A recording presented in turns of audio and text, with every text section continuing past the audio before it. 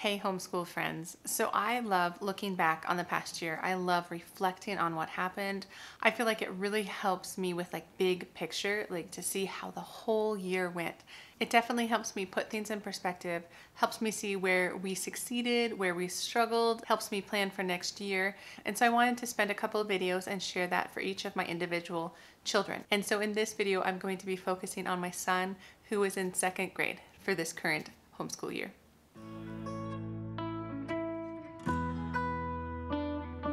So hi, my name is Angie. Welcome to the channel if you're new here. Welcome back if you've been coming for a while. So for those of you who watched my monthly homeschool updates, a lot of this will be similar, but my plan is to walk through my son's individual subjects as well as the group subjects and how they affected him. And so for my son, he was 7.5 come fall, and he is currently 8.5 when we're finishing up the school year. So that's a little framework for his age, but let's just jump into math. And I want to start here because I am so thankful. I've seen so much growth in him in this subject that I'm so proud of him and I'm so thankful. So I started out the year with Singapore Primary Math. The US edition, we were still doing 1A, 1B, we were kind of struggling through it. And my plan was to try the Math Live online teaching to see if that would help him. It didn't. It was just the wrong fit for his brain. And so we made it like 2 weeks. 2 weeks into the school year, and I was like, this is not working. This is just really bad. And I have a whole video, and I will link it above. I'll actually link it all below because there's a lot of videos I will be referring to in this video. But there's a video where I talk about why I switched from Singapore Math to Saxon Math, and we switched him into Saxon Math 2.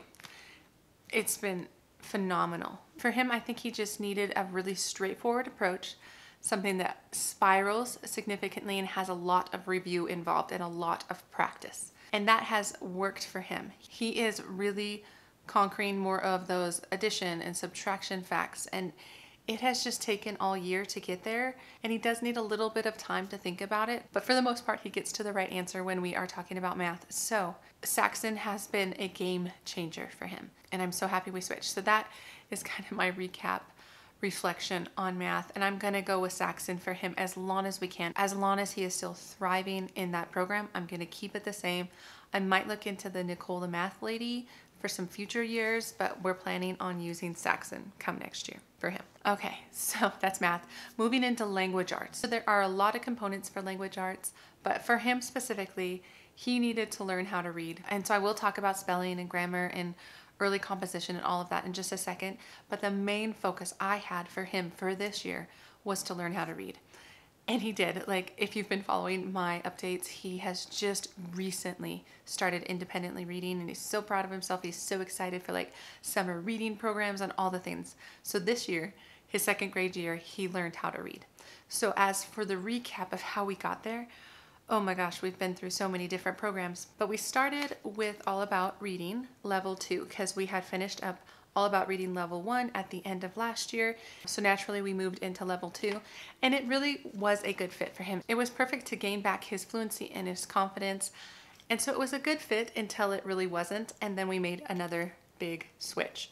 So we made it longer than 2 weeks for our reading phonics program, but it wasn't too much longer. It was like 2 months before I ended up switching him. And it was a very hard decision. I was second guessing myself. I wasn't sure if it was the right thing to do because we have switched so much, and he just really wanted to learn how to read. So he kind of pushed back on the switch, but I just felt like All About Reading wasn't serving him very well in the sense that it was so slow in teaching to read. It was introducing the phonograms in such a slow fashion that he was getting nowhere in learning to read. And he already felt like he was late. He already had this just great desire to read, but I felt like this program was kind of slowing him down. And so I did a ton of research, and I landed on the Abeka phonics program. And I landed on grade 1 because Abeka is notoriously ahead. And so his skill set really lended itself to the grade 1 set of skills for phonics, and it's been perfect. Again, I'm so happy I switched. It caused me so much stress, but I am so thankful that we switched to Abeka because it has taught him to read. It really has. Like, it gave him all those phonics skills. It gave him all the special sounds and the 1 vowel rule and the 2 vowel rule, and he just took off. Once we made that switch, his fluency just started climbing and climbing every month. And I was just so proud of him. And so we were pretty much finishing up this program this year, and it's been fantastic. We did end up about a month into switching to Abeka. I wanted to bring back the All About Reading program and finish that out.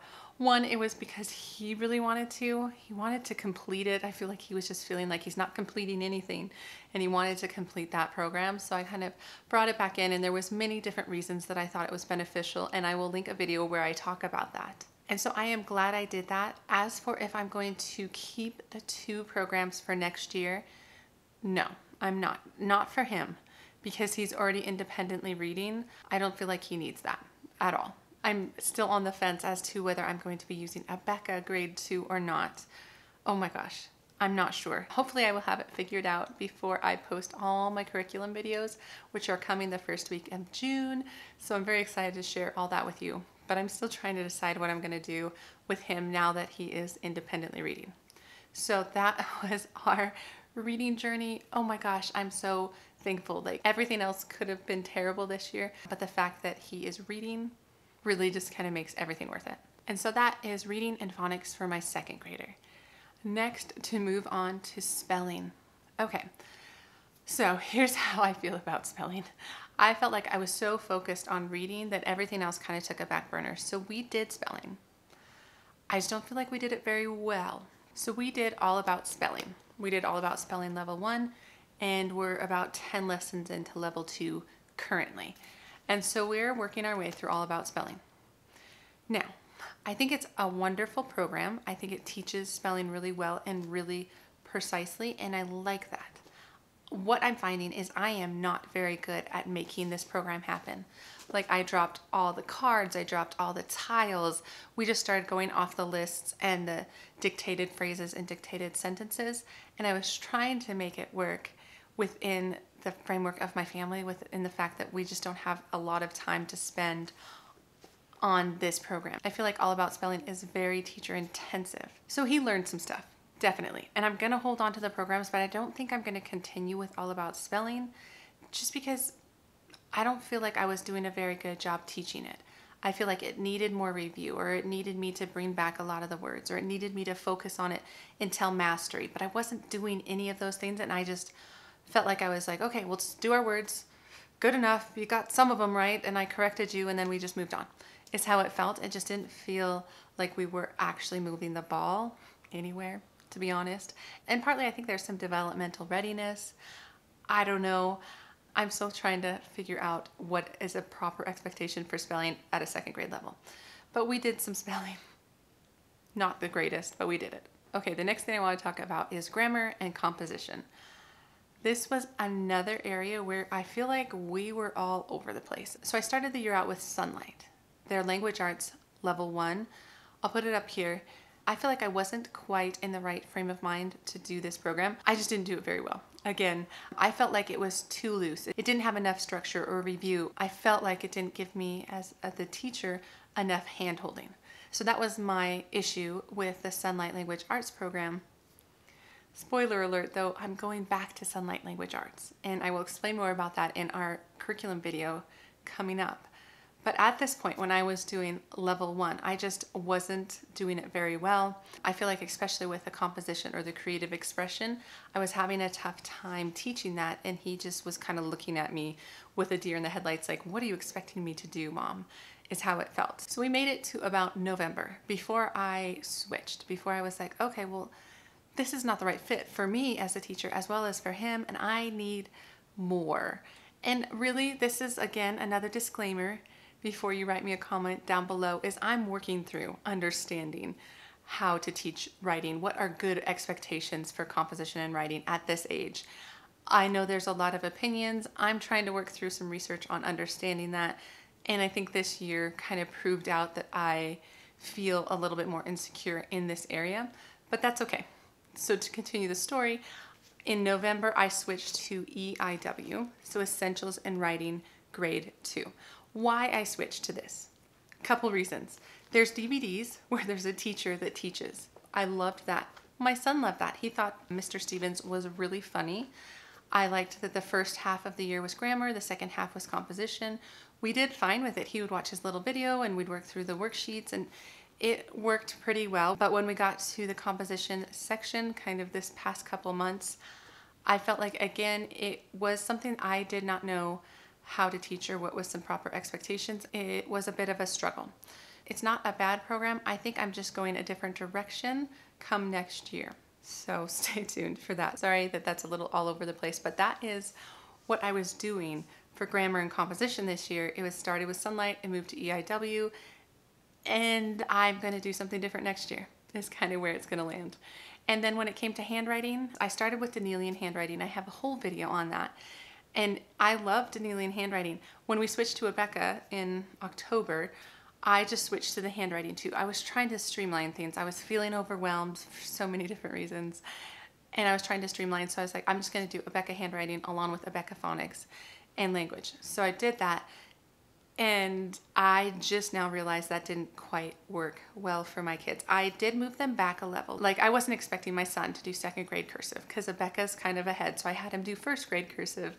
But I still feel like it was a little bit of overkill and they weren't rising to the challenge very well. So like when I was going back through all their papers, when I was making their portfolio, which I have a video coming about that. I have filmed it. I just need to edit it and put it up. But when I was going through all of their papers, I just noticed that their cursive, their Abeka cursive papers were very all over the place, very sloppy. I wasn't teaching it very well. I was more trying to give them the tools and then deal with the twins. And so I wasn't like teaching. I wasn't like laser focused on their letter formation. And so it wasn't very good. And then what I ended up doing this past month or so is I switched them back to Danielian, and their handwriting is beautiful again. And so I just feel like I'm going to keep them on the Danielian program. It does the little cursive, but I'm also teaching typing, so I'm just not worried. I feel like the Abeka handwriting program is just maybe a little overkill. It's a little over the top. Like, yes, we could do that. I could really work on that and they could have beautiful Abeka approved handwriting. But I don't think I want to spend that much effort on it. So we're going back to Danielian, and their work has been so much better since I switched him back. So he's doing better with that. Okay, so that's all the language arts. I feel like that took a long time, but let me switch into a bit of the family subjects, and I'm going to talk specifically about my son. So we did a lot of Sunlight this year for family subjects. And I love it, guys. I've raved about it. If you have been on this channel, you have heard me rave about it. I'm going to be putting up a review video on Sunlight HBLK here shortly, within the month or so. But as for my son, how did he like it? How did he do? So when it came to the HBL, or the History Bible Literature, he loved the history. Loved it. Favorite subject. Like, he really enjoyed any time history was brought up, doing the timeline books, talking about it, getting out the maps, all the things he really enjoyed. And I really found out, well, I knew this about him, but I really found out that he is a very empathetic child. So when you go through some of these events of history, and in this case it was American history, some of the slavery, some of the how the Native Americans were treated, even some of like the Revolutionary War and the rebel army and things like that, he would just feel it strongly, and he'd be like, that is a terrible thing. That is terrible what they decided to do. And it was good because it brought up the conversation of like talking to them about that, being like, yes, these are the reasons it was terrible, but let's also try to put ourselves in their shoes and see if we can have compassion for how fearful that situation would have felt. So maybe the fear drove them to make poor decisions. And he really was able to engage with that, and I loved it. I loved it. I thought that was just really an excellent part of the program. Obviously the books were fantastic, so I only pulled a few, but there was just some fantastic, like George versus George. This one was the Three Little Pilgrims. He just loved them all, honestly. And so that was fantastic. And then Bible, so History Bible Literature. So we were going through this one, and I think we will still continue to go through this during the summer, which I just talked about in my summer learning video. We loved it. It's just the right amount of text on a page with little questions kind of at the end, which you could use or not use. And half the time I would just have him narrate back like what happened in that story. Or I would use the prompts and kind of discuss it a little deeper, or use the application of like, how does this affect our lives sort of idea. I thought this Bible was perfect for that age. So we love that. But our favorite part was all the read alouds. And again, I only grabbed a couple, but like The World According to Humphrey was a favorite. Heartwood Hotel, favorite. Oh my gosh, we just finished The Adventures of the South Pole Pig. They loved the literature, and it was really fun being able to engage with him on the questions and see if he was paying attention, and he always was. And again, sometimes I'd use the discussion questions from the IG, and sometimes I would just engage with what was going on in the story. It kind of depended, but he was always very much tuned in to what was going on. Like, he really learns well in this fashion, so I loved it. And same with science.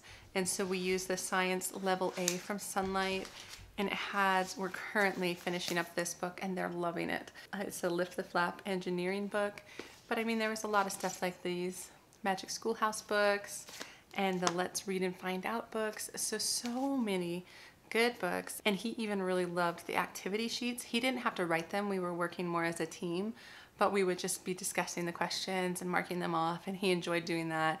And so I feel like they experienced science in a very fun and tangible way. Like, they did enjoy the experiments. We weren't great about doing them, but he really liked them, and he was able to engage with that scientific thought of like, how can you make this problem better? How can you make a different prototype of this thing that we're studying? He really rose to the challenge on that, and so that was really, really fun to see. So I'd say our family subjects were great. They were perfect for his age. So as to wrapping up his second grade year, he also did an enrichment school, and he loved it. It was like Lego class, innovators class. He did a ton of PE. He did a Taekwondo class. So that's all been wonderful. He kept working on whittling, which was his handicraft for the year. So I'd say second grade, looking back, reflecting on it, was an amazing year. Amazing year for my son. It caused me a little stress because I switched some stuff up and I was insecure, but he did excellent, and he learned to read, and he's really feeling confident with his math. And so I feel like we're really entering summer, exiting his second grade year on just a high note. I'm so proud of him. He's in a really good spot. So that is what happened this year with my second grader. It's been quite the journey, and I'm so thankful for those of you who have come along with me in all my update videos as I'm like hashing out all my issues or trying to explain what I'm struggling with. You guys have been so great in helping me and supporting me and encouraging me and giving me amazing ideas. And so I'm so thankful for this community, and I could really see the fruit of that as I was looking back and reflecting on my son's second grade year. So anyway, that is what I have for this video, guys. If you liked it, please give it a thumbs up. Consider subscribing to the channel if you aren't already subscribed. And I will see you in the next homeschool video, which will be my daughter's first grade recap reflections video. So I will see you then. All right, take care, guys.